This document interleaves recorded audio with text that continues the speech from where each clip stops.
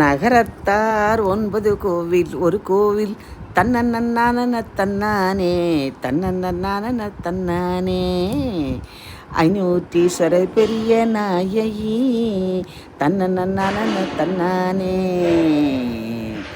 அழகிய நாச்சியார் முகப்பிலே தன்னன்னான தன்னானே தன்னன்னான தன்னானே முனிவர் அடியார் பொண்ணுக்கு ஆசைப்பட்டு பத்தரமத்தாக மாற்ற முயற்சிக்கையிலே சிவபெருமான் தோன்றி அத்தனையும் புஷ்பமாக்கி விட்டாரே.